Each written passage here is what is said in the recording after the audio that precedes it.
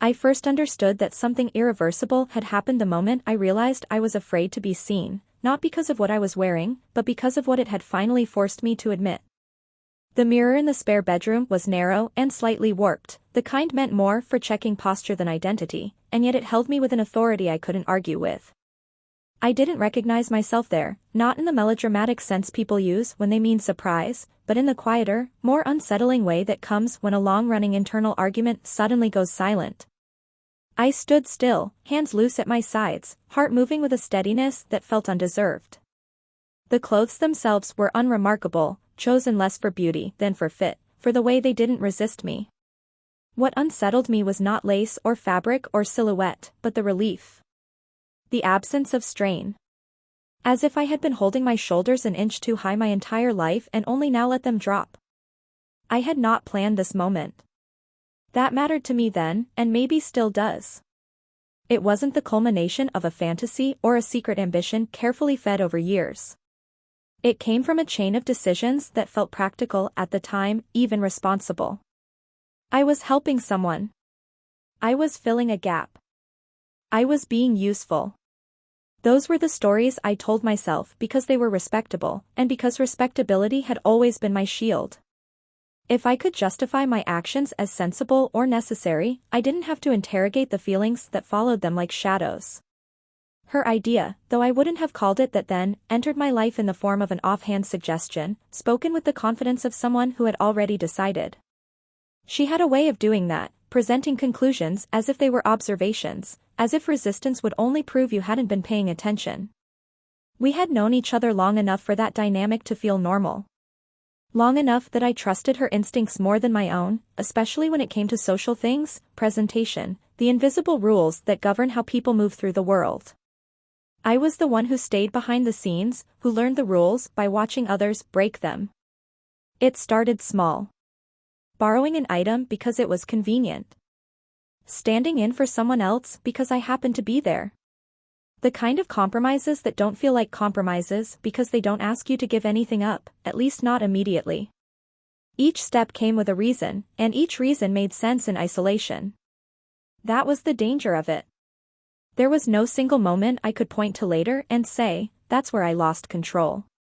Control doesn't vanish, it thins, stretches, becomes something you assume you still have until you reach for it and find only air. What I felt most strongly in those early days was not desire, or even curiosity, but a specific kind of shame, the kind that comes from realizing you're learning something about yourself from someone else's expectations. I didn't like that she saw possibilities in me I hadn't named. I didn't like that part of me was relieved when she did the naming anyway. Shame thrives in that gap between what we claim and what we accept, and I lived there, carefully, telling myself that discomfort was proof of integrity. That if I felt uneasy, it meant I was doing something difficult but ultimately clarifying. The truth was messier. The truth was that I had spent years constructing a version of myself that required maintenance, and this new role, temporary, justified, externally imposed, offered rest. When she corrected the way I stood, it felt instructional, not intimate. When she suggested changes, they felt like logistics, not transformations. I clung to that framing because it allowed me to participate without acknowledging the quiet internal shift taking place. I could tell myself I was learning about perspective, about empathy, about how arbitrary some social expectations were. All of that was true, and also incomplete. The first time I went out like that, my fear was precise. It wasn't of violence or ridicule, though those possibilities hovered at the edges. It was the fear of recognition, not from others, but from myself. I worried that I would feel too comfortable, that something would click into place and refuse to move back. Walking felt different, not because of the clothes, but because I was suddenly aware of my body as something read by others. I noticed glances, not because they were many, but because I had trained myself not to notice them before. Awareness, I learned, is not neutral. It changes the weight of every step. And yet, nothing catastrophic happened. No one stopped me. No one laughed. The world continued with an indifference that felt almost accusatory. I had built this moment up in my head as a test, and the test refused to grade me. That, more than anything, forced reflection. If the external consequences were minimal, then whatever turmoil I felt had to be coming from somewhere else. Somewhere internal. Somewhere I could no longer pretend was irrelevant. I began to understand that control and shame were not opposites, but collaborators. I had allowed her to guide me because it gave shape to something I didn't know how to hold on my own. I felt ashamed because I feared what that willingness said about me. And underneath both was a question I had avoided my entire adult life: who am I when usefulness is no longer my primary virtue? When adaptation stops being a skill and starts being an identity? I didn't have answers then. I barely had language. What I had was a growing awareness that my choices, even the ones framed as obedience or convenience, were still mine. That accountability didn't disappear just because someone else suggested the path. If this was going to mean something, ethically, emotionally, it would require more than compliance. It would require honesty, and honesty, I was learning, is far more destabilizing than disguise. What I didn't anticipate was how quickly routine would hollow out resistance. Once something becomes part of the day, it stops announcing itself as a decision and starts behaving like weather. You don't argue with it, you adjust. That was how it felt as her expectations solidified into patterns: what I wore when, how I spoke in certain settings, which version of myself was appropriate for which audience. None of it was framed as punishment or coercion. That would have been easier to reject. Instead, it was framed as improvement. Optimization. A way to move through the world with fewer collisions. She was careful, I'll give her that. Careful not to humiliate me openly, careful to praise in ways that sounded constructive rather than possessive. When she corrected me, it was with a tone I recognized from teachers and managers, the voice of someone who believes they're helping you reach a standard you would choose yourself if you understood its value. That voice has power because it borrows your own aspirations and turns them into leverage. I wanted to be competent.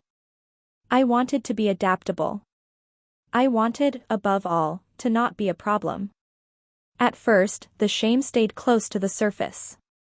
It flared when I caught my reflection unexpectedly, or when someone addressed me with an assumption I hadn't corrected quickly enough. But shame, like pain, dulls when it's constant. What replaced it was something more complicated: attentiveness. I became alert to small cues, the way people softened their voices, the way instructions were phrased, the way disagreement was expressed indirectly.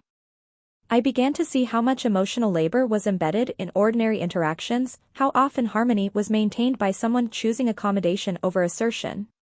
I told myself I was learning empathy, and again, that wasn't wrong.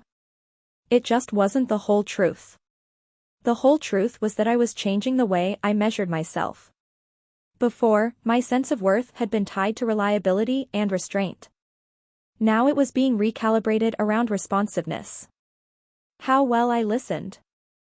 How gracefully I adjusted. How little friction I caused. These are not bad qualities, but they can become dangerous when they're the only ones you allow yourself. I noticed that my internal monologue had shifted. I no longer asked, "What do I want to do?" but what would be easiest for everyone else if I did. That question can sound generous. It can also erase you if you ask it often enough. Public spaces became classrooms. I watched how others navigated them, how some people seemed to move with an unspoken permission I had never felt. I became aware of the rules I had once benefited from without noticing. How directness had been read as confidence instead of aggression. How silence had been interpreted as composure instead of uncertainty. Experiencing those same traits reframed through a different presentation forced me to confront the arbitrariness of the judgments I had accepted as natural. It was educational in the most uncomfortable way, because it implicated me. I couldn't pretend anymore that I had simply been neutral before. Family interactions were the hardest. Not because they were cruel, but because they were careful. Care, when layered with confusion, has its own sharp edges. Conversations grew more deliberate, as if everyone were choosing words with tweezers. I became hyper-aware of how much reassurance others needed from me, how often I was expected to explain myself in ways that resolved their discomfort rather than clarified my reality. I learned how tempting it is to shrink an explanation until it fits someone else's tolerance. I also learned the cost of doing that repeatedly. You start to believe the smaller version yourself. There were moments, quiet ones, usually late at night, when resentment surfaced.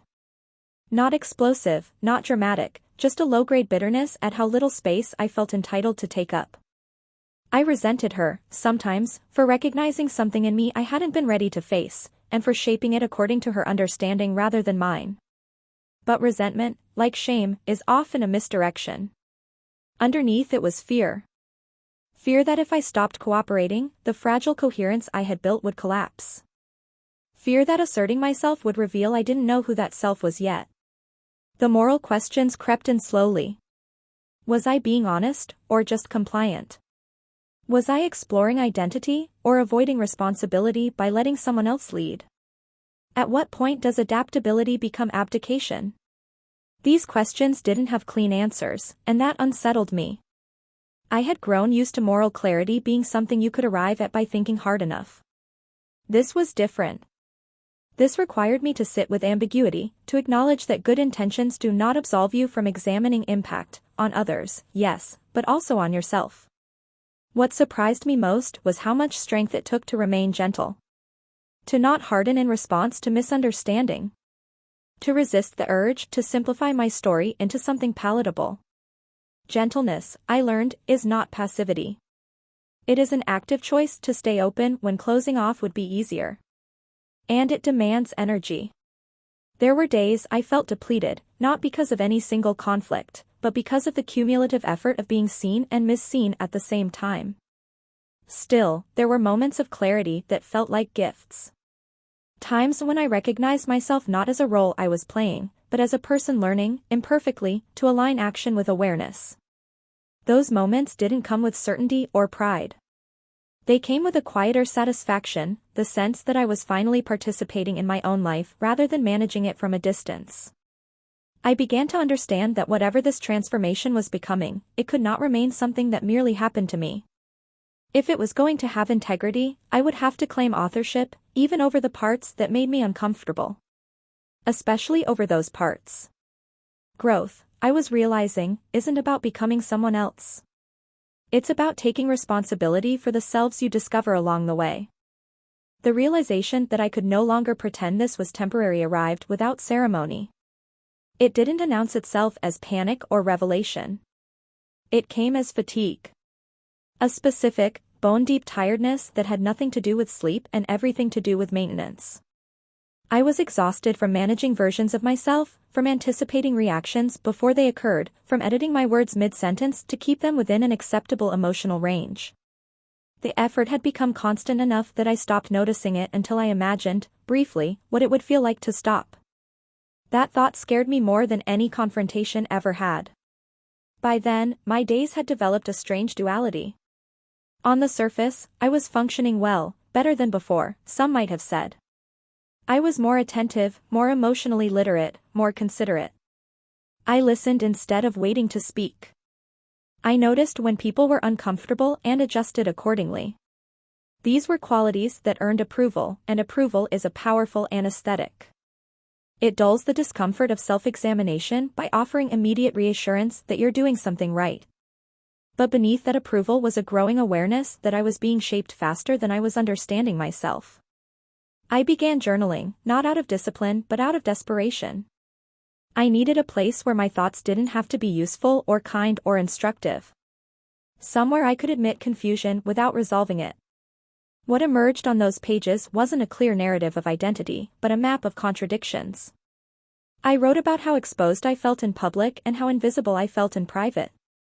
About how empowering it was to see the world from a different angle and how disempowering it was to feel that angle had been chosen for me. About how much I valued her guidance and how much I resented relying on it. The hardest truth to write was this: part of me had learned to equate surrender with safety. If I followed expectations closely enough, if I anticipated needs quickly enough, conflict diminished. The world became smoother. But smoothness is not the same as health. I had grown adept at avoiding friction without asking whether the friction was necessary. Some resistance, I was beginning to understand, is not obstruction but structure. It tells you where you end. Our conversations changed once I stopped agreeing automatically. Not dramatically, not explosively, but noticeably. I asked why instead of nodding. I hesitated instead of complying. These small pauses carried more weight than I expected. They revealed how much of our dynamic had relied on momentum. When that momentum slowed, both of us had to confront assumptions we hadn't named. She wasn't cruel about it. She was surprised. And surprise, when paired with authority, can feel like disappointment even when it isn't intended that way. I struggled with guilt during that period. Guilt for disrupting a system that seemed to work. Guilt for wanting something I couldn't yet define. Guilt for suspecting that her vision for me, however well-intentioned, might not align with my own emerging sense of self. Guilt is persuasive because it frames self-assertion as betrayal. It whispers that gratitude requires silence, that growth should be painless to others. Unlearning that took time, and I didn't do it gracefully. Social interactions became mirrors I couldn't turn away from. Friends reacted with curiosity, caution, sometimes clumsy humor. Strangers reacted with assumption. Each response taught me something, not just about gender expression, but about how quickly people reach for narratives when faced with ambiguity. I watched how often others tried to place me into a category so they could relax. I felt the temptation to help them do it. To choose a label not because it fit, but because it simplified the conversation. Resisting that urge was one of the most ethically challenging parts of the experience. Honesty, I learned, is not always efficient. There were moments of acute loneliness. Not the dramatic kind that announces itself, but the quiet kind that settles when you realize that being seen and being understood are not the same thing. People could see me clearly enough, understanding required more patience than most interactions allowed. I became selective about who I explained myself to, not out of secrecy, but out of self-preservation. Not every question deserves an answer, especially when the cost of answering is self-erasure. At the same time, something steadier was forming. A sense of internal alignment that didn't depend on approval. It showed up in small ways, the ability to say no without apology, the willingness to sit with discomfort instead of smoothing it over, the recognition that my experience didn't need to be exemplary to be valid. I stopped trying to represent anything larger than myself. That, paradoxically, made me more present. When you stop performing a lesson, you're free to learn one. I thought often about accountability during that period, what it meant, who it was owed to. I had once believed accountability was primarily external, meeting expectations, fulfilling roles, minimizing harm. Those things matter. But I was beginning to see that there is an internal accountability that can't be delegated. A responsibility to not abandon yourself in the name of harmony. To not confuse adaptability with disappearance. This wasn't about rejecting guidance or denying influence. It was about integrating them consciously, choosing what to carry forward instead of letting it all happen by default. The emotional transformation outpaced the visible one. Outward changes were finite, describable. Inward changes were ongoing, recursive. Every insight created new questions. Every moment of clarity revealed another layer of uncertainty beneath it. And yet, I felt more real than I had in years. Not because I had answers, but because I had stopped outsourcing the asking. I don't want to romanticize that time. There was grief in it, for the simplicity I lost, for the version of myself who believed clarity came before action, for the comfort of deferring to someone else's certainty. There was also gratitude. Gratitude for the perspective I gained, for the empathy that was no longer theoretical, for the understanding that identity is not discovered once but negotiated continuously, with yourself and with the world. By the end of that phase, I understood something that had eluded me before: transformation is not a single arc but a series of reckonings. Each one demands honesty, and honesty demands courage, not the loud kind, but the quiet kind that keeps you steady when certainty is unavailable. I was no longer interested in being controlled or in being shameless. I was interested in being accountable, present, and whole, even if that wholeness remained unfinished. If the earlier stages of this experience taught me how easily a person can be shaped, this one taught me something harder: how difficult it is to reshape yourself once you've adapted too well. By the time I fully understood that I needed to take ownership of my direction, I had already internalized habits that resisted examination. I didn't just anticipate others' expectations anymore, I felt them as impulses, rising before conscious thought, guiding my posture, my tone, my decisions. Unlearning that wasn't a matter of defiance. It was a matter of excavation. What complicated things further was that not all of what I had absorbed was harmful. Some of it had made me better, more perceptive, more patient, more capable of sitting with emotional complexity. The danger wasn't in the lessons themselves, but in the way I had accepted them wholesale, without discernment. I had treated influence as instruction rather than invitation. I had confused being guided with being authored.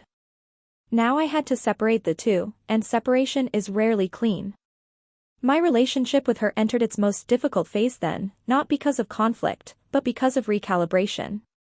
Power dynamics don't dissolve just because you acknowledge them. They linger in habits, in assumptions, in the unspoken choreography of interaction. I noticed how often I still waited for her approval before trusting my own judgment. How I framed my preferences as questions, my boundaries as inconveniences. She noticed it too, I think, though we didn't always have the language to address it directly. There were moments of genuine tenderness in that period, conversations where we admitted confusion, where certainty softened into something closer to mutual curiosity. And there were moments of friction, when my attempts at self-definition felt, to her, like rejection.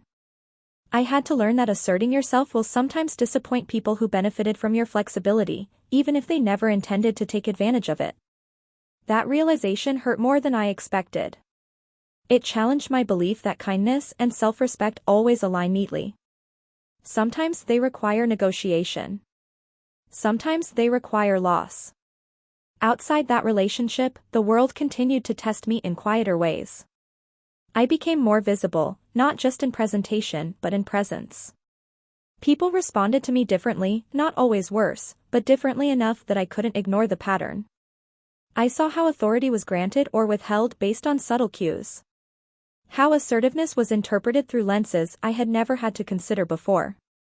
How quickly confidence could be reframed as threat, and how easily uncertainty could be mistaken for incompetence. These weren't abstract observations anymore. They were embodied experiences, and they left marks. I began to understand that education isn't just about acquiring information. It's about being changed by what you encounter. I had read about these dynamics before. I had listened to others describe them. None of that compared to the visceral understanding that came from living them. Empathy, I realized, is not a moral achievement. It's a responsibility. Once you know how something feels, you can't unknow it. You can't retreat into ignorance without making an ethical choice to do so. That awareness reshaped how I moved through relationships. I became more careful with my assumptions, more attuned to how my words landed rather than how they were intended. I caught myself before dismissing experiences that didn't mirror my own. At the same time, I had to guard against a different trap, the expectation that my experience now made me an authority. It didn't. It made me a student. One with a narrow but deeply felt field of study. There was a period where I felt unmoored. Old reference points no longer applied, and new ones hadn't fully formed. I questioned my motivations constantly. Was I choosing something because it felt right, or because it felt familiar? Because it aligned with my values, or because it avoided discomfort? These questions didn't paralyze me, but they slowed me down.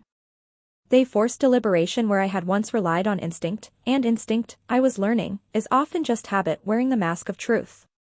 Family dynamics shifted again as I changed. Not because my presentation altered dramatically, but because my posture toward myself did. I spoke more plainly. I corrected assumptions gently but firmly. I stopped cushioning my boundaries with excessive reassurance. This unsettled some people. They preferred the version of me who explained everything in advance, who softened every statement with apology. I understood that preference, but I couldn't cater to it without undoing the work I was doing internally. Growth, it turns out, is not always legible to those watching from the outside. There were setbacks. Days when old patterns reasserted themselves, when I slipped back into overaccommodation, when I mistook silence for peace. I don't believe in linear progress anymore. What I believe in is attention. The willingness to notice when you've drifted and to return without self-punishment. Shame had already taken enough from me. I wasn't interested in using it as a motivational tool anymore. One of the most unexpected developments during this time was a growing sense of solidarity with people whose experiences differed from mine in scale or intensity but echoed in structure.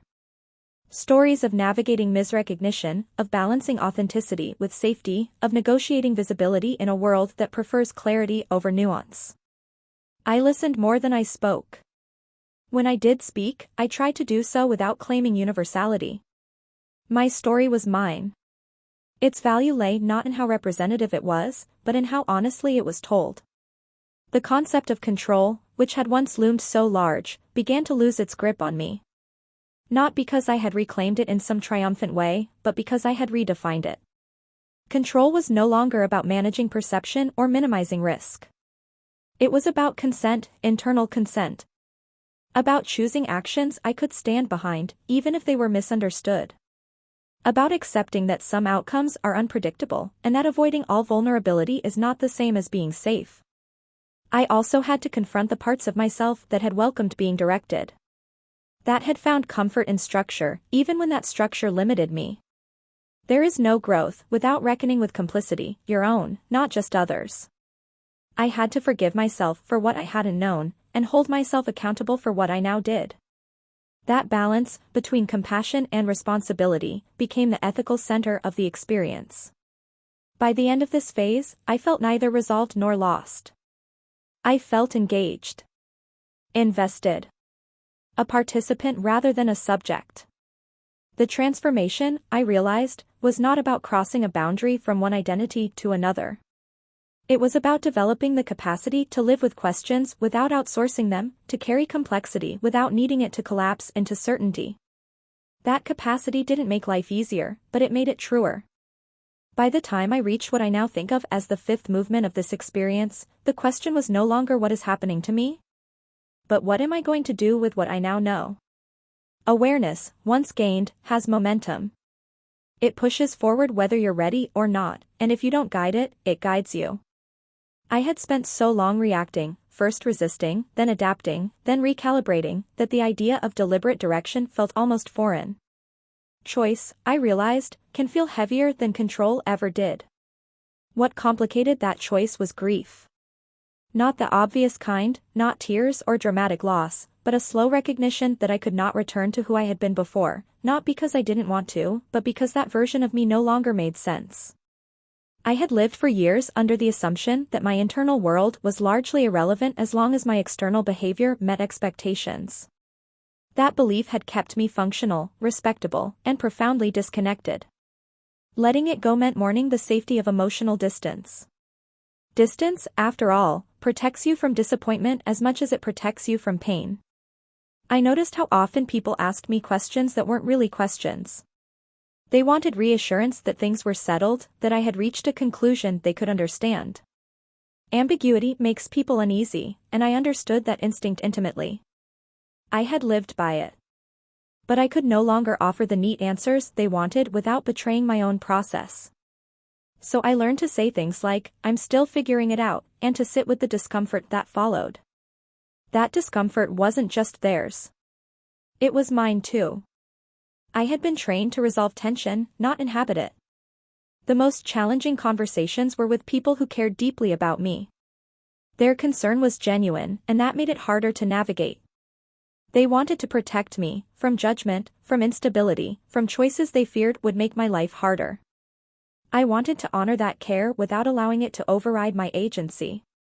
That balance required a level of emotional maturity I hadn't previously needed. I had to distinguish between listening and yielding, between respect and deference. Those distinctions sound subtle, but they shape entire lives. I also had to confront my own internalized expectations. Even as I questioned social norms, I still measured myself against them reflexively. I caught myself evaluating my actions through imagined reactions. How would this look? How would it be interpreted? Those questions aren't inherently wrong, but when they dominate, they shrink the field of possibility. I work to replace them with harder ones. Does this align with my values? Am I acting out of fear or out of care? These questions didn't always produce comforting answers, but they produced honest ones. There was a period of intentional solitude, not isolation, but selective quiet. I reduced my social orbit, not to hide, but to listen more closely to myself. In that quieter space, I noticed how my body responded to different choices. Some decisions brought tension, a tightness I had learned to ignore. Others brought a surprising calm, even when they carried risk. I began to trust those signals, not as infallible guides, but as data, information worth considering alongside reason and context. For the first time, I treated my inner experience as something to consult rather than manage. Education took on a new meaning then. I sought out stories, not to compare trajectories or find templates, but to understand complexity. What struck me most was how rarely anyone's path resembled the simplified narratives often presented publicly. Most lives were full of revision, compromise, uncertainty, and quiet courage. That realization was liberating. It allowed me to release the pressure to arrive somewhere definitive. Identity, I came to believe, is not a destination but a practice. Ethically, this phase demanded more of me than any previous one. Awareness without action can become its own form of avoidance. I had to decide how my expanded understanding would shape my behavior toward others. Would I speak up when I saw assumptions being made? Would I challenge dismissive humor, even when it cost social ease? Would I extend patience to those still learning, without excusing harm? These were not abstract questions. They came up in real time, in conversations where silence would have been simpler. Each choice carried consequences, and I felt them. Accountability, I learned, is not a feeling, it's a pattern of decisions. My relationship with her reached a turning point during this time. Not a dramatic rupture, but a clear acknowledgement that whatever dynamic had once existed could not continue unchanged. We spoke honestly, sometimes haltingly, about what we had each gained and lost. I had to own the fact that I had consented to things without fully understanding myself, and she had to grapple with how her certainty had shaped me. There was no villain in that story, only two people navigating incomplete information. Letting go of blame was necessary, but so was letting go of illusion. Care does not absolve impact. What stayed with me most from that period was a deepened sense of humility. Not the performative kind, but the recognition of how much I didn't know, about myself, about others, about the long-term effects of any single choice. That humility softened my judgments. It also strengthened my resolve. When you stop believing you have all the answers, you become more committed to asking better questions. You become more careful with other people's lives and more honest about your own. There were moments of quiet pride too, though they felt different from pride I had known before. They came not from achievement, but from alignment. From acting in ways that felt coherent, even when they were difficult. From choosing transparency over convenience. From allowing myself to be seen without insisting on being fully understood. Those moments didn't accumulate into certainty, but they formed something steadier, self-trust. By the end of this part of the journey, I no longer felt locked into anyone else's vision of who I should be, not hers, not society's, not even the one I had constructed for myself years earlier. That freedom wasn't exhilarating in the way movies suggest. It was sobering. Freedom means responsibility. It means there is no one else to credit or blame for the shape your life takes. Accepting that was the most adult thing I had ever done. I wasn't finished. I don't think anyone ever is. But I was finally moving forward with intention rather than inertia. And that, I understood, was the real transformation, not a change in appearance or role, but a shift in authorship. I was no longer waiting to be told who I was allowed to become. The last phase did not feel like an ending while I was living it. It felt like a settling, like sediment drifting slowly to the bottom after a long period of turbulence. I had expected resolution to arrive with clarity, with a declarative sense of this is who I am now. What arrived instead was something quieter and more durable, a willingness to live without that declaration, and to let my life be shaped by ongoing attention rather than fixed conclusions. What changed most noticeably was my relationship to time. Earlier, I had experienced everything with urgency. Each decision felt as though it needed to justify itself immediately, to prove it was leading somewhere coherent. Now, that pressure eased. I began to understand that meaning is not always visible in the moment. Some choices only reveal their value years later, through the patterns they create rather than the outcomes they produce. That understanding allowed me to slow down, to stop treating my life as a problem to be solved. I became more deliberate in how I spoke about my experience, not because I wanted to obscure it, but because I had learned how easily stories harden into symbols. People often wanted my narrative to stand for something larger, to be an argument, a warning, an inspiration. I resisted that framing, gently but consistently. My life was not a case study. It was a lived process, shaped by context, personality, relationships, and chance. When I shared it, I tried to do so in a way that preserved its complexity, even if that made it less satisfying to consume. There was relief in that restraint. I no longer felt obligated to educate everyone I encountered, nor to justify my existence through explanation. At the same time, I didn't retreat into silence. I spoke when it felt meaningful, when it felt honest, when it felt like it might build understanding rather than merely relieve tension. I learned that discernment is not the same as withdrawal. You can remain open without being constantly available. My sense of self stabilized, not around a label or presentation, but around values. Integrity became less about consistency of appearance or role and more about coherence between intention and action. I paid closer attention to why I did things, not just what I did. When I made mistakes, and I did, I tried to meet them with curiosity rather than punishment. Accountability, I had learned, works best when it invites repair rather than reinforces shame. Relationships deepened in unexpected ways. Some fell away, quietly and without drama, unable to adapt to the version of me that no longer overextended itself for ease. Others strengthened, rooted in mutual respect rather than habit. I became more honest about my limits, more transparent about my needs, less willing to trade clarity for approval. That honesty didn't always make me easier to be around, but it made me more real. And the connections that survived that shift felt sturdier for it. I also noticed a change in how I perceived others. The world seemed less divided into categories and more composed of individuals navigating pressures I could now better imagine. I was slower to judge, quicker to listen, more aware of how often people are performing versions of themselves they believe are required. That awareness didn't make me permissive of harm, but it did make me precise. I learned to distinguish between intent and impact, between ignorance and malice, between growth and avoidance. Those distinctions matter if you want justice to be more than retribution. The shame that had once loomed so large did not vanish entirely. I don't believe emotions like that ever disappear for good. But it lost its authority. It became one signal among many, no longer the loudest voice in the room. When it surfaced, I examined it instead of obeying it.